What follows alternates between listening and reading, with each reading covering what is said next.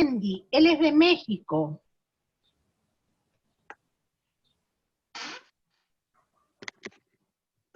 Muchas gracias. Saludos a todos los participantes en este panel desde Tuxtla Gutiérrez, capital del estado de Chiapas, en la República Mexicana. Felicito y reconozco a los que me han precedido por la importancia de los libros, psicología, historia, literatura, todos con temas hermosos y además importantes para la vida tan peligrosa que estamos viviendo ahorita. Da mucha satisfacción ver y escuchar a lectores que yo creo que han leído muchos libros y los explican y los analizan, y eso es muy importante.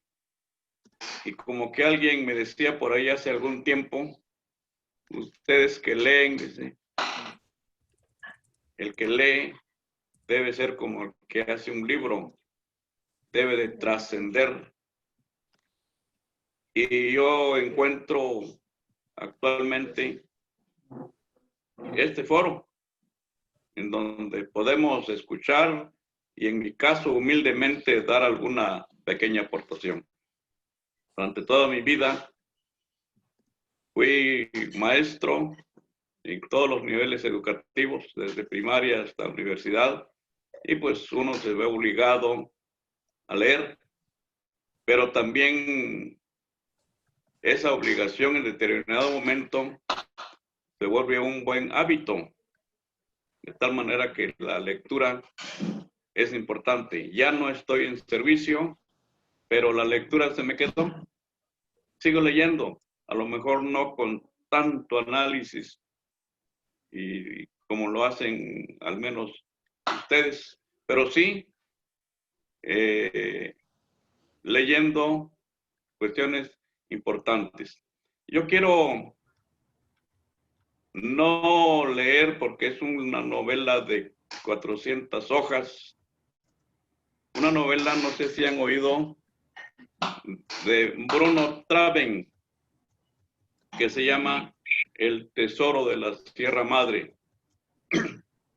Voy a leer primero o a decirles quién es Bruno Traven y posteriormente una pequeña descripción de esta novela. Bruno Traven fue anarquista, actor, periodista, editor de revistas y escritor en su natal Alemania, de donde tuvo que huir después de la Primera Guerra Mundial.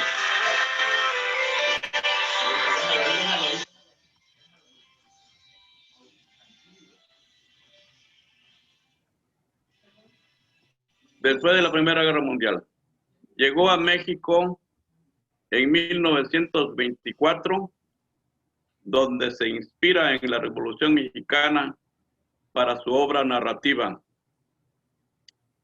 Publicó, entre otros libros, El barco de la muerte en 1926, Los pescadores de algodón también en 26, El tesoro de la Sierra Madre, que es al que me refiero ahorita, en 1927, Puente en la selva, La rosa blanca en 1929, las dos, La carreta en 1931, Gobierno también en 31, El general, Tierra y Libertad en 1940, La rebelión de los colgados en 52, Canasta de cuentos mexicanos en 1946, Cuentos de Bruno Traven en 63. Varias películas se han hecho a partir de sus novelas y cuentos, entre las que se destacan El Tesoro de la Sierra Madre. Obtuvo un Oscar por el guión que realizó de John Huston. Y La Rebelión de los Colgados, también llevado al cine, de Emilio Fernández. Su obra se ha traducido a 44 idiomas. Es una de las más originales y entrañables de la narrativa contemporánea. Escribió 26 biografías sobre él y su pasión por México y la justicia social sobre todo. Se nacionalizó mexicano y murió en la Ciudad de México en 1969. Este es más o menos unos datos someros de la vida de Bruno Traven. Bruno Traven vivió aquí en Chiapas una temporada y tuvo la característica de vivir en el anonimato porque no le gustaba darse publicidad. Llegó una temporada que nadie sabía quién era Bruno Traven. Es decir, sabíamos quién era, pero nadie lo conocía hasta que falleció. Bueno, El Tesoro de la Sierra Madre fue publicada, el libro que tengo acá, fue publicada originalmente en 1927 y reeditada ahora en 2003. Esta novela es una vibrante historia de aventuras, traición y codicia. 3 estadounidenses viajan a la Sierra Madre en busca de oro y se encuentran con sus demonios al sucumbir a la ambición y enfrentarse unos con otros.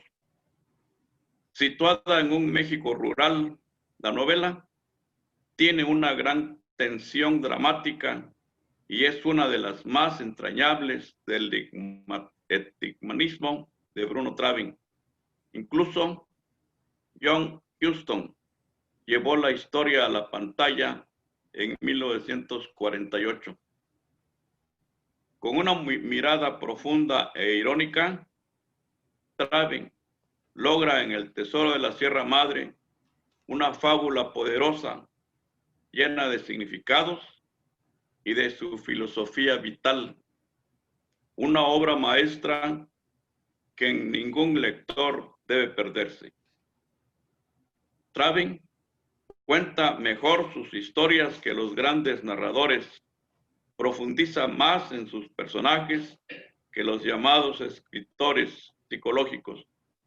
Toda la virilidad, la sequedad y la tensión que M. Huston se esforzó por lograr son en Traven un don natural.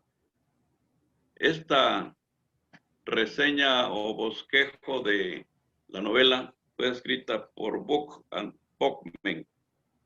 Es una novela que tiene 300 páginas y habla de la Sierra Madre en el norte del país de México, ya con Estados Unidos, en donde llegan 3 norteamericanos que de casualidad se juntaron en México, cada quien venía por su lado y se fueron a la Sierra Madre, pero en busca de oro.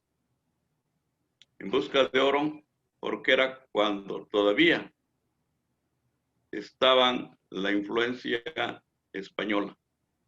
Esto es en sí el libro que le estoy dando una segunda releída, porque no sé si a ustedes les pase lo mismo. He leído muchos libros y los leí cuando era obligatorio leerlos, cuando nos decían los maestros, lean este libro y nos hacen un resumen. Desde esa época, unos 40 años tal vez, o más, lo leí, hice el resumen, pero era para presentarlo y me dieran mi calificación. Así como el Quijote, así como la Celestina, así como todos los clásicos en preparatoria y en las universidades, lo leemos, pero últimamente le hemos estado dando otra lectura para, pues, con más madurez, para ir entendiéndole, ya sin ningún compromiso de entregar la tarea. Esto es en sí lo de Bruno Travi. Tengo otro que lo considero importante, porque igual que la pandemia, el coronavirus nos está afectando a todo el mundo y no hay alguien en el mundo que esté ajeno a eso. Así te encontré en una revista que no me acuerdo cómo se llama la revista, pero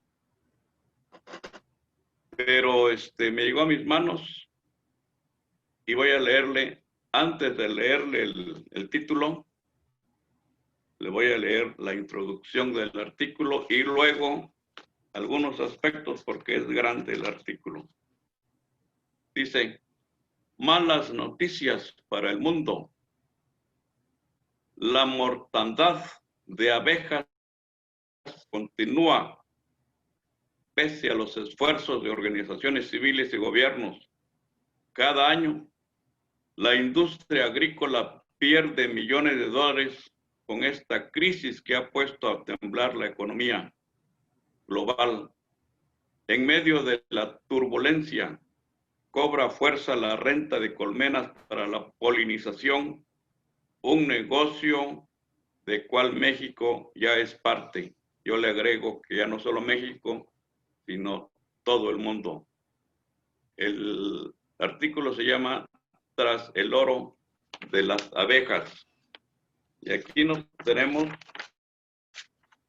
voy a leerles una partecita aquí donde dice, los polinizadores son esenciales para la economía de la nación, la seguridad alimentaria, la salud y el medio ambiente, señala el comunicado con el que se presentó la Estrategia Nacional disponible en el sitio oficial de la Casa Blanca en Estados Unidos.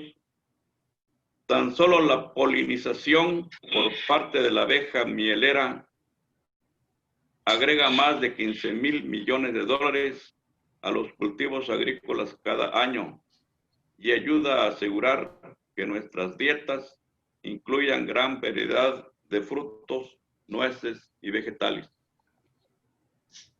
Hace 5 años todavía se encontraban abejas, abejorros, libélulas, de todo en los campos aguacateros. Ahora su polinización depende principalmente de las abejas mieleras, afirma Arnulfo Ordóñez, fundador y director general de Miel Norteña, una empresa apicultora afincada en Chihuahua. Chihuahua es un estado de la República Mexicana. La vida no se concibe sin los polinizadores. Pese a ello, todos, en diferentes escalas, enfrentan situaciones de riesgo que impactan directamente en la reproducción de plantas en el mundo. Esto se refiere, y creo que todos estamos conscientes de eso, de que al menos en México hay incendios forestales y los incendios forestales pasan a traer a todos los animales, dentro de ellos las abejas. Se han reducido la producción de abejas en todo el mundo porque los insecticidas que les ponen a la agricultura también matan a las abejas, también mata a otro tipo de animales. Las causas de la mortandad entre las abejas son múltiples. Los plaguicidas como el imidacloprid y el filipronil parecen ser los principales responsables. Otros estudios también señalan los monocultivos que erosionan la tierra y enfermedades como las provocadas por el ácaro, destructor que se adhiere al abdomen de las abejas y los succiona hasta matarlas. Según se dice, y esto lo compartimos, el día que acaben las abejas, acabará también la humanidad, porque es lo que sostiene a las plantas, la polinización, y si no se hace algo, pues está en peligro, estamos en peligro. Asociaciones como Greenpeace promueven la agricultura ecológica como una solución frente a la mortandad de polinizadores. Esta consiste en prohibir el uso de pesticidas y plaguicidas y en evitar los monocultivos que erosionan grandes extensiones de tierra. En fin, amigos lectores, les ruego me acepten ese término de amigos sobre todo. Me llamó la atención la lectura de este artículo y quise compartirlo con ustedes, además de la novela El Tesoro de la Sierra Madre de Bruno Traven. Muchas gracias y si es posible, si es importante, pues esperaríamos algunos comentarios. Muchas gracias. Sí, por favor, si alguien tuviera algo que comentar o hacerle alguna pregunta a Jesús, tiene unos minutos para hacerlo.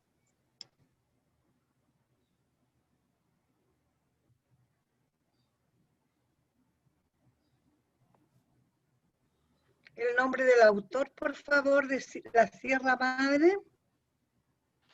Bruno Traven. Bruno Traven. Gracias.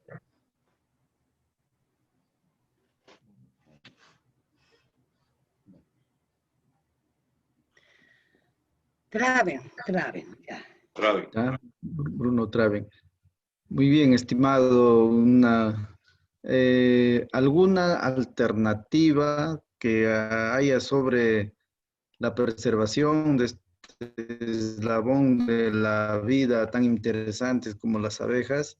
Se me cortó por un momento el internet, de repente usted ya lo comentó, pero alguna alternativa de salida, ¿no? Porque en lugar de utilizar los elementos naturales, cada día nos intoxicamos más con el uso de agroquímicos, ¿no? Las plantas para que supuestamente produzcan más, se le hace un bañado con pesticidas. Creo que por ahí va un poco la contaminación a estos animalitos, ¿no? Si hay alguna forma como de repente el mismo autor recomienda para la conservación de la abeja como un eslabón importante de la preservación de nuestra vida, ¿no? Finalmente. Pues yo pienso, porque además de este artículo hemos leído otros y todos se refieren al daño que se está haciendo. Y algunos otros, como el que dice el amigo, no lo leo bien aquí, pero las soluciones, dice acá, hay una organización, creo que todos sabemos, Greenpeace, promueve la agricultura ecológica como una solución frente a la mortandad de polinizadores. O sea, prohibir el uso de pesticidas y plaguicidas y evitar los monocultivos. Una situación que al decirlo, al leerlo, yo, por ejemplo, que lo estoy leyendo, que lo estoy diciendo, lo estoy viendo desde acá, sentado. Pero en la práctica, los gobiernos parece que no tienen esa visión para solucionar estos problemas. Acá en México muy poco se ha hecho durante prácticamente toda la vida. En una forma muy aislada, empiezan a haber productos orgánicos es decir, no utilizar pesticidas y plaguicidas y tampoco fertilizantes químicos. Hay producción fundamentalmente de café, porque se le ha llamado café orgánico, en donde no utilizan fertilizantes artificiales. Y para los plaguicidas, los pesticidas también se empiezan, pero muy aislado, a utilizar también orgánicos, es decir, que no dañen a la planta. Nosotros hemos estado en algunos cursos, fundamentalmente de horticultura, en donde además de la producción de las hortalizas, pues ahí está cómo combatir las plagas. Y ahí nos enseñaron, nada más que es muy difícil, cómo hacerlo, con ajo, con chile, creo que además con jabón, para combatir las plagas, pero a nivel de hortalizas, a nivel de jardines, pero ya a grandes extensiones, al menos acá todavía no llega la situación porque todo eso es, y combatir los incendios forestales. Aquí en México se da mucho el caso de los incendios forestales, y los incendios pues acaban con las abejas. La agricultura, los agricultores aún queman espacio de terreno para poder sembrar. No ha sido posible que en su totalidad eviten la quema. Entonces, de acuerdo a lo que dice mi amigo, ¿cómo es que se llama? Cariño Bueno, es muy difícil la solución, pero que deberían de hacer algo. Evitar los pesticidas, evitar los plaguicidas, evitar los incendios forestales, evitar las quemas de los terrenos en donde el campesino va a sembrar. Porque en todo eso, es cierto, se acaban las plagas, pero también pasan a traer a las abejas. Y en los incendios forestales, no solo a las abejas, sino a todo tipo de animales, que es de la situación. No sé si habrá sido satisfactorio mi última intervención para el amigo o para los compañeros y amigos. Adelante.